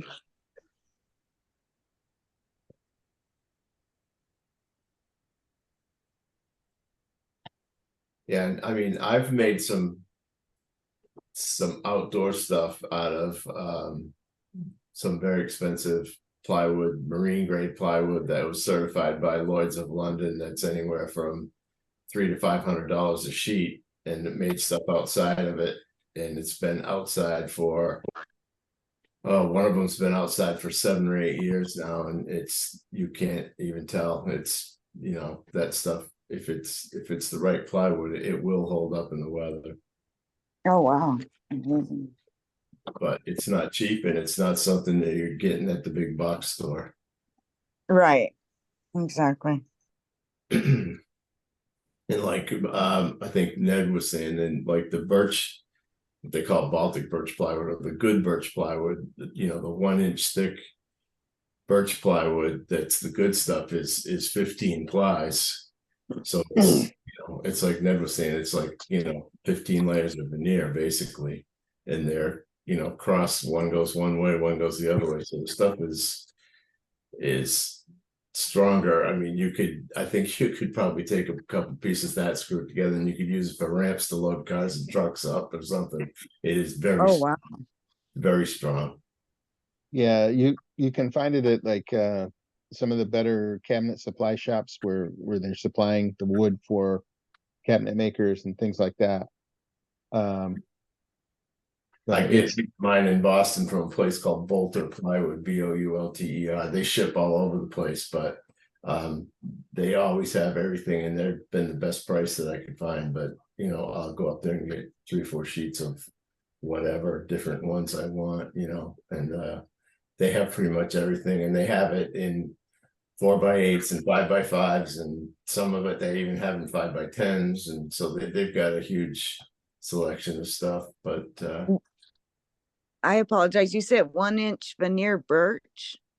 but it's 1-inch the ply. So I mean, some of the, like I was just saying, the 1-inch, what they call Baltic birch plywood, would have 15 plies in it, the good stuff. And I just bought some of that, and I don't know, I think it was the 1-inch Baltic birch is about $300 a sheet, I think, or something like that. Okay. I forget exactly what it was. I know I bought 3 sheets of plywood and it was $780. Okay. So there's a place in New York Mills, New York, called SCI Plywood. S is in Sam, C is in Charles, I is in Ida. SCI Plywood. They have every imaginable kind of plywood or lumber product there in sheet form. I don't know if they ship or not, but Oh, all amazing stuff. But yeah, the Baltic birch plywood, every woodworking book that you see, you know, where they're posting plans or whatever, the guy's always calling out that you use Baltic birch plywood, and you see this gorgeous plywood, you know, very small layers and everything, but you never find it except places like SCI or other, because this is a specialty thing, something that cabinet makers would use, or you know, industrial furniture and things like that. It's not your everyday plywood. I've just posted a picture in chat of something that's a fixture that I made for the CNC out of what, and it'll give you an idea of how the quality of the plywood. I've just posted it in chat. Exactly. Yeah. I've enabled screen sharing, so you don't have to post them in the chat. You can just go ahead and click your screen share and show the picture. So yeah, but that's what it looks like. You see all those plies, and there's no like little air pockets and gaps. It's solid. It's good, and it's solid. It's yeah. okay. So As a matter of fact, a lot of the good quality high-end furniture that we actually make it out of the Baltic or birch ply, and we laminate it with veneer, and it is better than making it out of hardwood. It will never shift. No, it's not going anywhere. Use ply. Laminate. Yeah, there's a lot of good information coming out tonight, guys. It's thank you. With veneer. Okay. Yeah, the project goes up a lot in price when you start using Baltic birch, but the upside is when you're done with that project, it will last a lifetime or more. Absolutely. Yeah. Yeah, I mean, the price for 3 sheets for 7 something, that sounds very reasonable, to be honest. Yeah, well, then you got to get it to Texas, but there's got to be somewhere down there that has that, you know, that you can buy that from. I'm going to look into this one place. It's called, I don't know if they sell, I don't know all what they have. It's Guadalupe Lumber. And I've been there for some products, but I've never actually asked them, do you have this particular product or whatnot? But now I know what to ask for, so let's see what they got. You're probably better off looking. Most lumber yards that cut solid timber won't really have good plywoods. Your average hardware stores or whatever hardware yards also won't have it. You're better off looking at somewhere that makes furniture or kitchens, not necessarily your flat pack kitchens, but someone that does a high-end furniture or architectural joinery or etc., and then buy a sheet from them. I bought a lot of panels to do siding and to replace some siding on a garage from them. So I'm thinking they're not, I mean, they're called Guadalupe Lumber, but I think they're more on the rim of, you know, selling an array of stuff. I'm gonna ask them, and then if not, maybe try and hit up some cabinet places, like you said, you know, like places that lounge. I just call them lounge chairs. The where your TV is, the living room, those like places that make those chairs use that for the frame. Yeah. okay. Furniture. And I just looked up my receipt. The 1-inch 4x8 sheets were $235. It was the Sapel that was $300. Mhm. I did a quick Google search in San Antonio for plywood places, and there's Dixie Plywood is one place that may carry it. It didn't directly answer the question of whether it did. Okay. Frank Paxton's Paxton Lumber. Yeah, I was looking at Paxton. They have a place in San Antonio, and they carry all kinds of birch or plywood, Mhm. Yeah. Okay. cabinet grade. Mhm. I'll put a star next to them. And there's, let me see, Alamo Lumber. Now, I don't know of any. Oh, wait a minute. Hang on. I think I may have found a winner here. I don't know anything about the San Antonio market, but Google, and somebody asking a question, where in San Antonio can I buy Baltic birch plywood? And one of the answers is Rodis Lumber, Rodtis Lumber, Dakota Hardwoods, and Paxton Wood. So the Paxton Wood. So those 3 will probably give you a good worth a phone call. So, Okay. yeah, call them. Don't. Dakota Heartwood, Yeah. Rodis, and Paxton. Yep. All right. Thank you, guys. You need to get your Google skills up higher.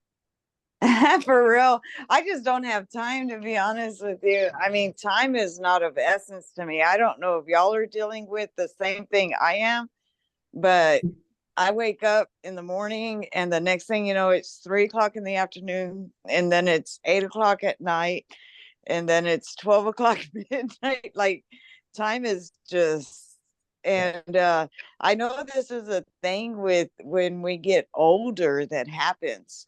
Why? There's actually a scientific study on it, but I also hear a lot of young people dealing with this, which is the time just going by way too fast.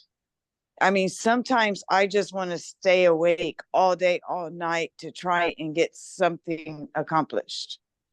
Time is the only thing that you can't get back. Right. So use it wisely. Get on, Right. while you Google something, look it up. If you're wondering, where do I get plywood? Actually Yeah. type that in to Google. Where do I get plywood in your San Antonio, Texas? Where do I get Baltic birch plywood, now that you know the name? Right. And that was probably one of my main problems, is I didn't know what kind to get in. I got a lot of knowledge today, so thank y'all for that. You're welcome. And at least, trying to go in the right direction, in some direction, because I might have ended up with a mess. Mhm. Oh wow. That was our most expensive door. There was actually two halves to that door. It was also the height. That it was like a 3-meter high door or something like that. It doesn't look like it on the bed, but it was a large oversized door, and that is laminated, and even the bits of laminated wood on top, we had to put spacing gaps in it, because when that wood moves, apparently I'm only new to wood, so I'm only regurgitating what I've been told. But basically, if you look down, you'll see that there's about a 1 or 2 millimeter gap in between every piece of wood where they're joined, and that allows for each piece of wood to shrink and grow and reduce, etc. Otherwise, just those pieces of wood expanding would bow that door. So there's a bit of technique that goes into building or making a door so it doesn't warp or twist, particularly when you're paying so much money for a door. Right. And you say you're using laminating it a lot. And I have an idea. I've never done it, but I have an idea of what you're talking about. It's not laminate. If I use the word laminate no, not in laminate, our workshop laminate. As well as stain, we get slapped. It's veneer. Veneer. There you go. So is that going to go well with designs?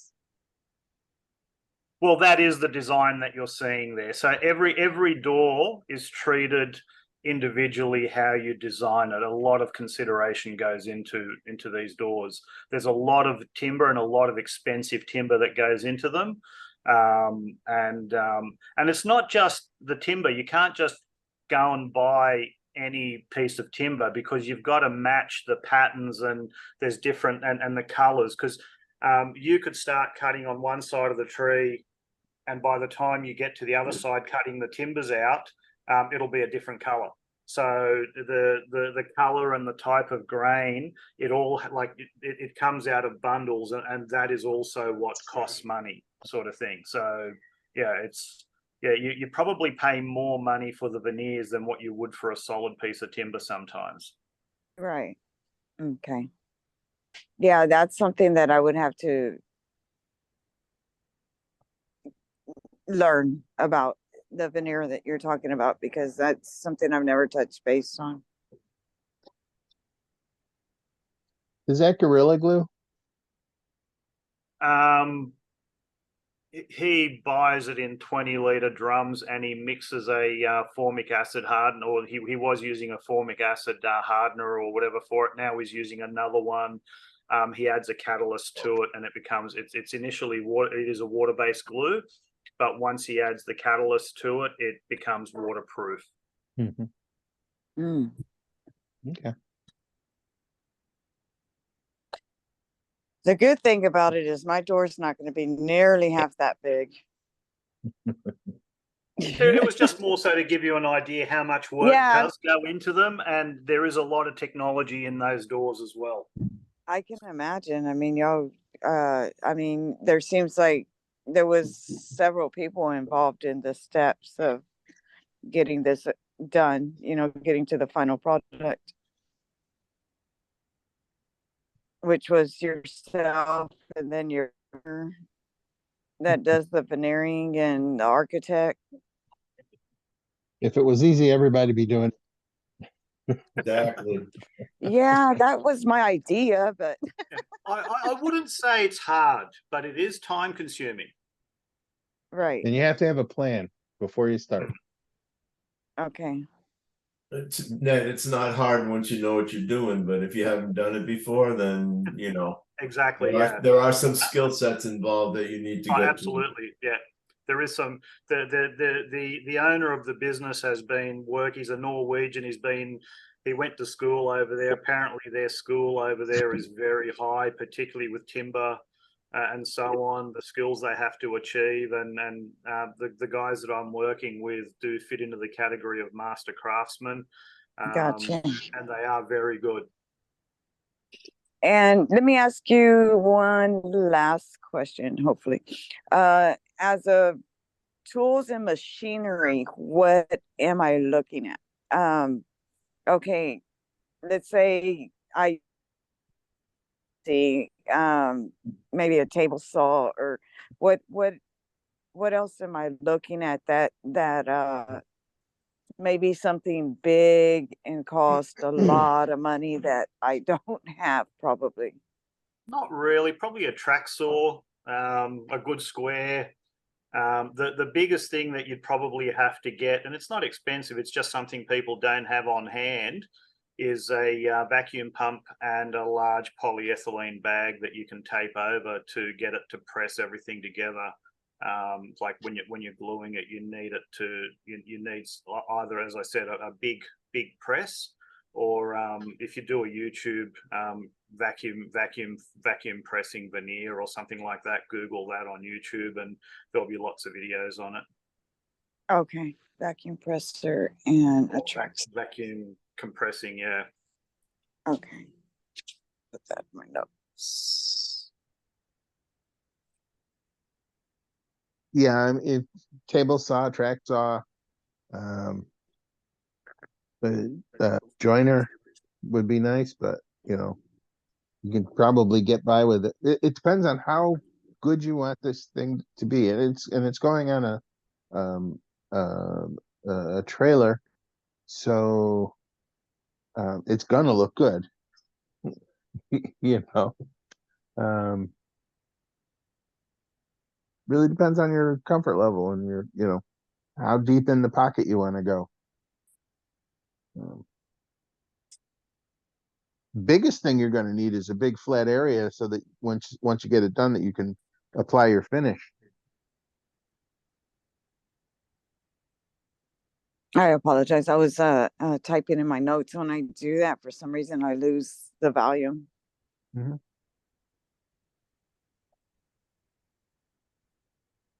But yeah, you're going to need an air somewhere large enough to be able to apply the finish to the door. That's one of your big expenses. Oh, okay. And you're talking about like area wise or CNC wise, or? Yeah, just an area, some place where you can put the Area. door that won't scratch Okay. it or ding it or whatever while you put your, you know, while you Putting finish it. it. Yeah, because I mean, you put all this work Okay. into it, you're going to want to have a decent finish. And I don't know if that's Right. require spray air, you know, air paint gun or anything, or you know, HVLP or anything. I don't know. Oh, okay. What did y'all use for the finishing? Yeah, I mean, it was the veneer, right? Sorry, we don't finish the doors. We just prepare them and then ship them. That's it. We put a cover Prepare 'em. sheet on the top and bottom, and the people who install it, they install it, finish it. etc. Yeah, we don't do no spraying. The best we'll do is a Okay. poly wipe or something along those lines. Or if we have to, we'll do resin coating. That's about it. Oh, okay. But that's more so for the different little shapes. And yeah, we generally don't finish the doors. We just press them together, CNC them, do the patterns on them, and ship them. That's it. The actual door. Okay. The hard work. Well, finishing everything is a process and an art. No, That's very interesting. over here we've got a thing called WHS, Work Health Safety. It's a big government organisation where the owner of the business is always wrong regardless, which really makes things interesting. And Wow. anytime you use chemicals or spraying or anything that goes in the air or anything like that, someone's got something to say about it. So the owner doesn't want to get involved in any finishing or anything to do with special chemicals or spraying. Mm-hmm. Right. OSHA. Shoot, over where are here. you at in California? OSHA. What do you guys call it in America? OSHA, OSHA, OSHA. Occupational Safety and Health Administration. Hey, Okay. watch your language there, buddy. Yeah, I'm sorry, I didn't mean to swear. I had many Yeah. That's a bad. The day just gets worse when those words are uttered by somebody with a badge that says that. You know. Oh, It does- over here in Australia, you can provide someone with safety glasses, gloves, and if they don't wear it and get hurt, the owner still gets in trouble for not making him wear them, and etc. sort of thing. Like, it's just stupid. It doesn't matter what any initials that comes from the government, keep them away. Well, that's what they're about, is, you know, fines and making money. I had to work. I worked for a builder a few years ago, and for a short Now, are we gonna stint- get this show banned? Oh, Okay, just they actually gave us a ticket pad to go give contractors if they're not wearing it. We were in charge of making sure they followed all safety procedures, and if not, we could back charge them. And we had ticket pads we had to use. I never pulled mine out of my glove box because I told the guy, I said, you know, if he falls off the roof because he doesn't have a harness on, that'll teach him. That's my attitude. We always say just put them outside the fence and call somebody. Darwin's law or natural selection. If you're stupid enough not to wear glasses and something goes in your eye, your problem, not mine. Yeah, I mean, you live and you learn. And I've been there. Always We've wear come- safety glasses. And I mean, your mask, everything. It's, try getting lung poisoning. Oh my God, it's horrible. All right, well, folks, it is Time to go. about that time. I had a great time talking with you tonight. I did too. Thank you. Yeah. We do this. Actually, ahead. Bill, a quick question. Are you on Eastern Standard Time or Eastern Daylight Time? Did you guys Right. start an hour ago or 2 hours ago? No, we're on Eastern Daylight Time until Ah. this Saturday, then we're on Eastern Standard Time. So Or you something, have or already Sunday, been or going soon. for 2 I don't hours. know. Soon we're changing. We're on daylight now. We'll be on standard soon. Don't quote me on what day it is because I don't know. Yeah, it's soon. It's soon though. Sometime in November. Just Oh, a wow. tip then, Bill, if you maybe put next time Eastern Daylight instead of Eastern Standard on your what's-he? I just put ET. I figured anybody who lived here knew, but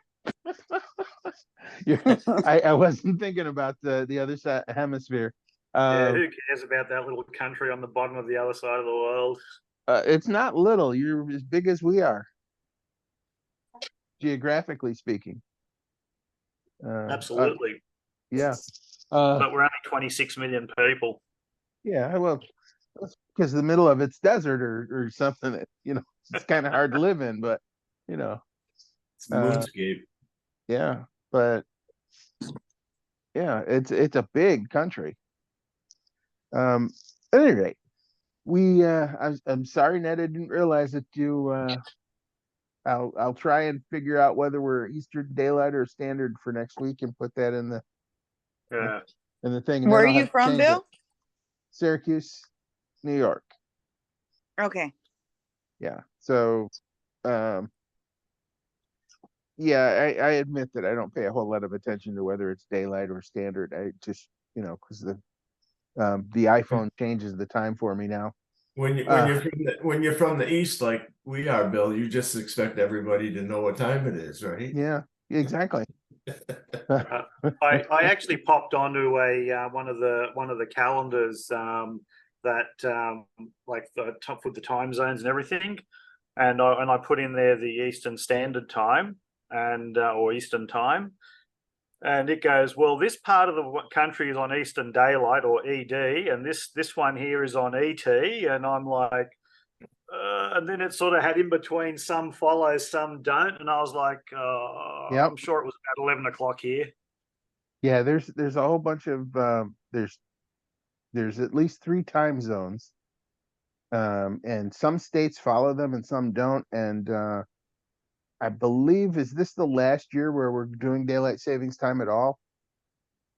I think it's the other way around. I don't think we're going back to Eastern Standard. I think we're going to stay in daylight savings. Yeah, I Yeah. don't know how it worked, but I don't either, but some politician decided that he was tired of trying to figure out what time of day it was. yeah. And so he would confuse us all. So here we go. It would sort of make sense, irrespective. Just make the entire country the one. Like I don't know about America. We've got 3 hours difference between Western Australia and New South Wales. Yep, And same just here. make it all the same time. Meet it somewhere in the middle, and that's it. That'd be too easy. Yeah, we have 4, I think, Yeah. because I'm in Colorado and it's 7 Oh, I o'clock. forgot about which would- Mountain. yeah. So East it's and 7 Central o'clock here, Mountain. 9 o'clock there, but 6 o'clock in California. Eastern, Central, Mountain, Pacific. Yeah. Yeah. And some do daylight savings and some don't. Yeah. Yeah. I think it's only down to like 3 or 4 states now that don't. Yeah. Oh, Bull just joined us. Well, Bull, it's time to go, buddy. I figured I got in a little bit late on the show, but it's 8 o'clock here. Bye all. We were Yeah. just signing off, and Ned asked us what time it was, and we spent the next 10 minutes. And we still don't know what time it is. It's always entertaining. Regardless, it's always entertaining. Yeah. I enjoy your meetings. I hope Well- everybody night. Well, All right. I'm out of here. See you guys. See you later. Have a good evening. See you Bye. later, guys. Have a good one, everybody. okay. You too.